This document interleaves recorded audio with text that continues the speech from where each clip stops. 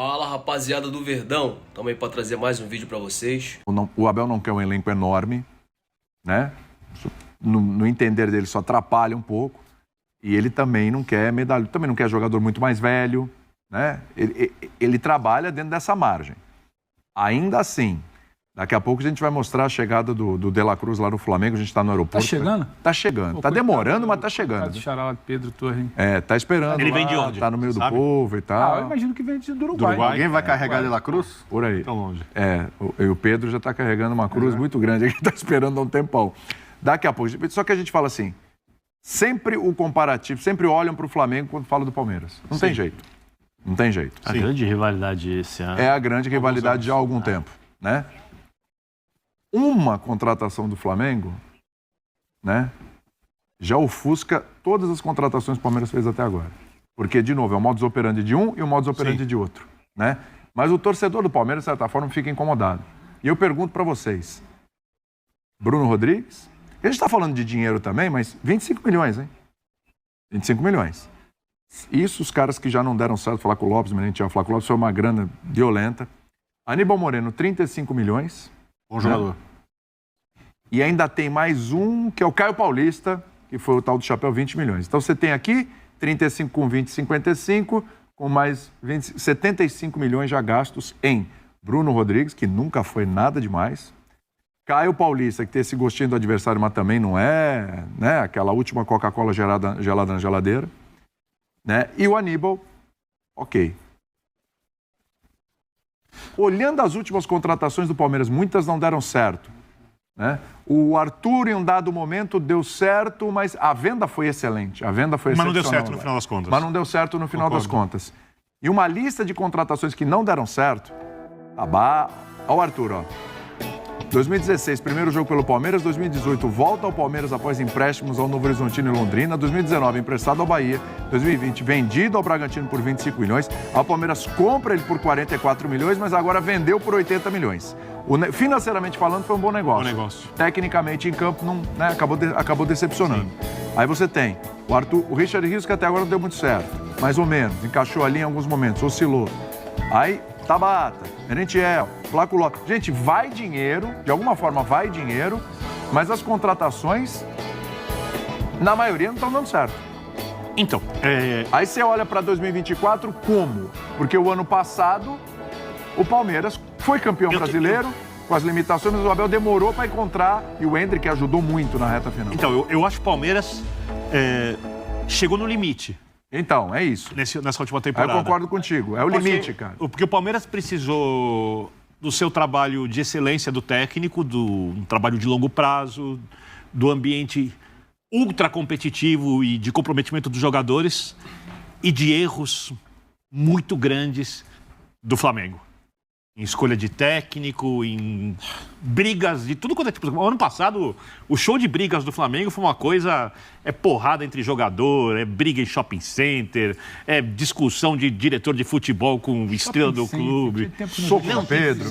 Cara, tem tudo. Tem tudo. Assim, é o show de horrores da bagunça e da falta de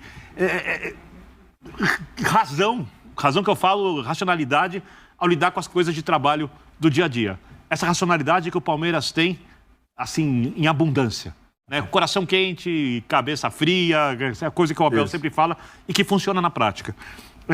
O Flamengo trouxe um técnico para fazer esse tipo de trabalho de razão. Não, mas o Bubu não gosta. Não, tudo bem, respeito o Bubu. Para fazer isso... Não, em 2024 eu não vou pegar dele. Eu peguei no pé de 2023 porque ele falou que não ia trabalhar em 2023. Mas 2024 a gente já imaginava que ele ia trabalhar.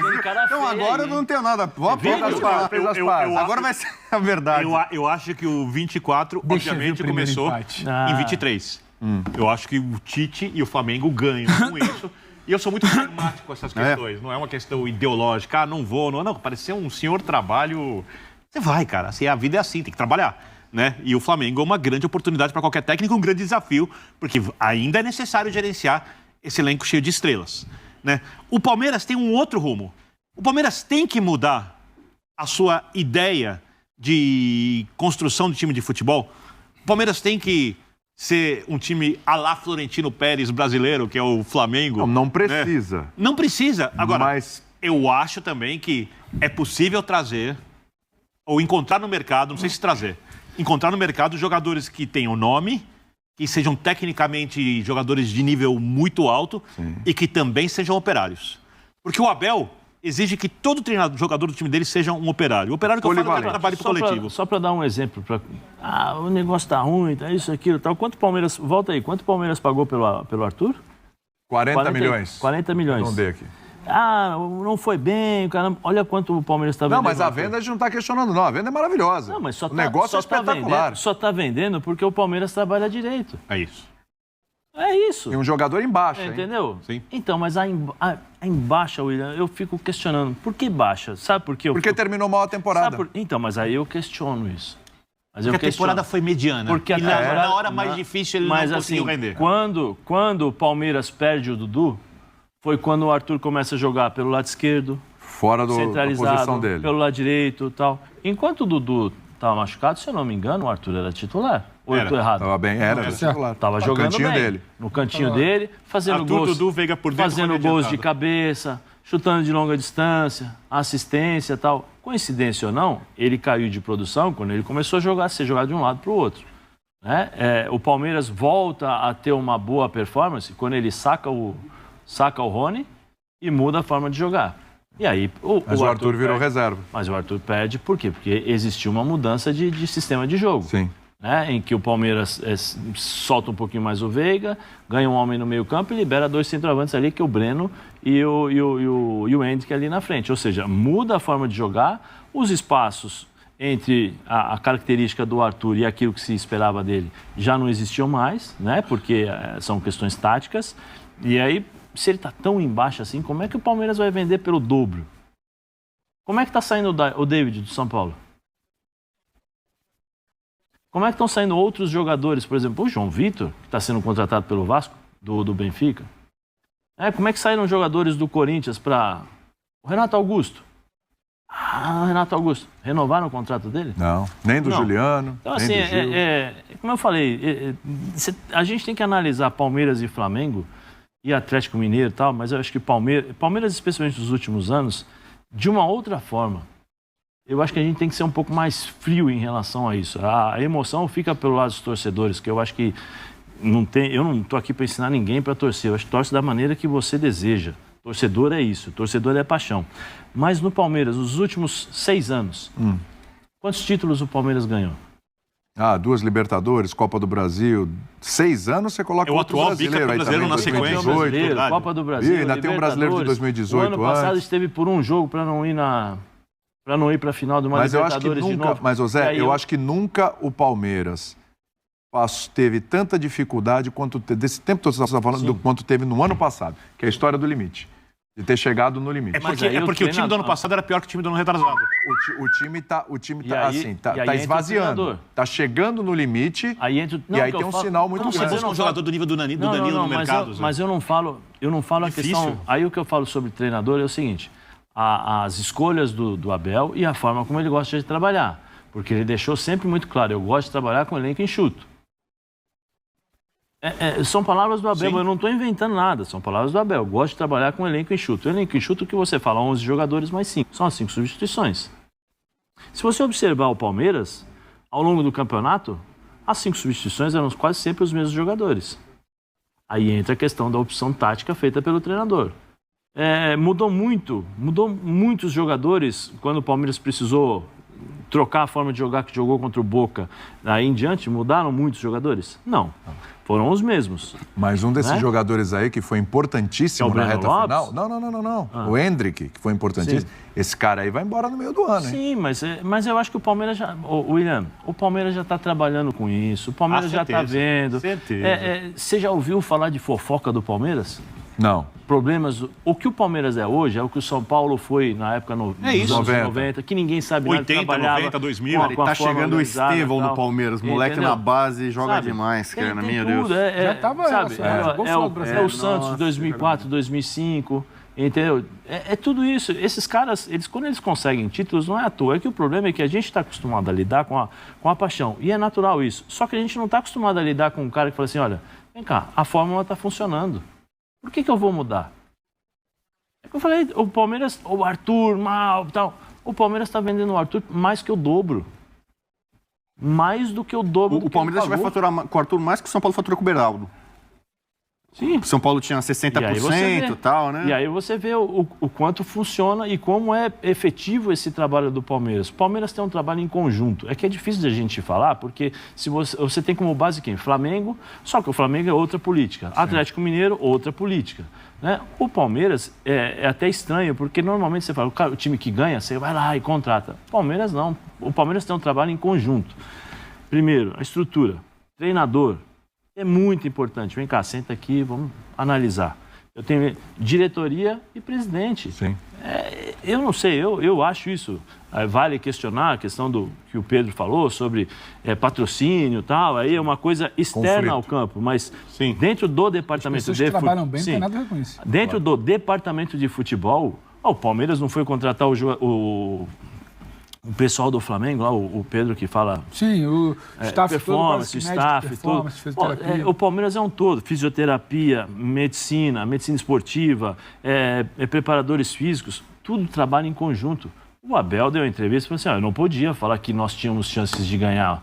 Internamente, eu falava pro meu jogador, vamos embora.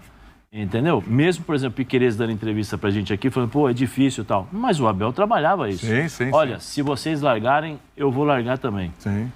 Só que ele não veio a público e falou isso. Ou seja, é um trabalho muito sólido e dentro do futebol, dentro de um futebol que tem desorganização, dentro de um futebol que se a torcida em determinados clubes, a torcida pressiona, você vai lá e deixa o teu time com dívida, enche o teu time com problemas e você vai lá, faz uma contratação que nem sempre vai te dar a solução, eu acho que Sim. o Palmeiras é uma forma de você olhar e falar assim, opa, peraí, tem algo importante aqui. Ano passado, a Leila deu uma coletiva curiosa sobre patrocínio.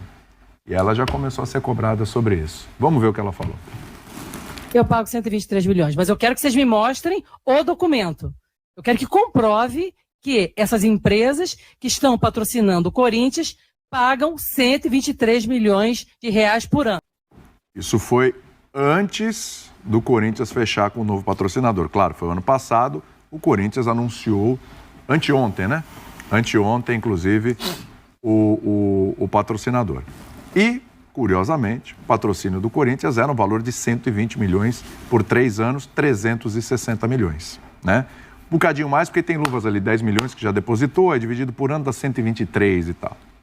Então, assim, a Leila disse, me provem e comprovem aqui que eu aumento o patrocínio. Hoje o Palmeiras, 81 milhões, né, Marcelo? 81 milhões, a camisa toda. A camisa toda do Palmeiras... 81 milhões. Esse patrocinador do Corinthians não é a camisa toda, é o patrocínio master. É aqui. Ainda tem outras partes livres, homoplata... Pelo menos que o Augusto falou, exatamente. Falou até em 200 milhões, cerca de 200 milhões. Mas ainda tem outras partes da camisa que o Corinthians pode negociar. Então, patrocínio master, 360 milhões em 3 anos, 120 milhões por ano. A Leila falou que paga 81 milhões ali por ano para o Palmeiras, falou que se... comprovassem, ela aumentaria. Augusto Melo não vai mandar uma cópia. Mas tá lá, né? O meu é 120, aumenta aí o que você paga no Palmeiras. Eu acho que tem algumas coisas que precisam ser ponderadas. Primeiro, ela conhece o mercado. Sim. Conhece mesmo. Sim. Né? Conhece mais ou menos. Ela conhece realmente o mercado. Assim, o que ela não conhece de futebol, ela conhece de mercado. E eu não vou desprezar o conhecimento dela. Segunda questão, desses 123 milhões, 360, quanto, se tem alguma comissão para alguém, esse dinheiro cai no cofre do clube, né? Quanto entra no clube? Sabemos. Questionando muito isso. Né? Então, eu não sei, uma outra questão, quando foi agora regulamentada a questão das apostas no Brasil, para as operadoras, para quem vai trabalhar com isso aqui, é preciso de uma licença. Uhum.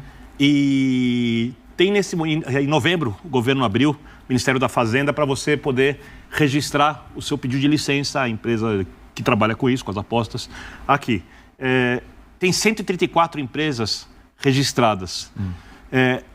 A que vai patrocinar o Corinthians ainda não se registrou. E o governo tem que aprovar cada uma delas tá? Porque senão vai chegar mais ou menos no meio do ano, eu não sei exatamente a data, Júlio, elas não vão poder ter a sua marca estampada na camisa. Isso é uma coisa, obviamente, pode ser resolvida. Então, é preciso que a gente entenda as situações, entenda o que a Leila diz, porque eu não sei até que ponto ela não tem razão. Eu não estou dizendo que ela tem razão.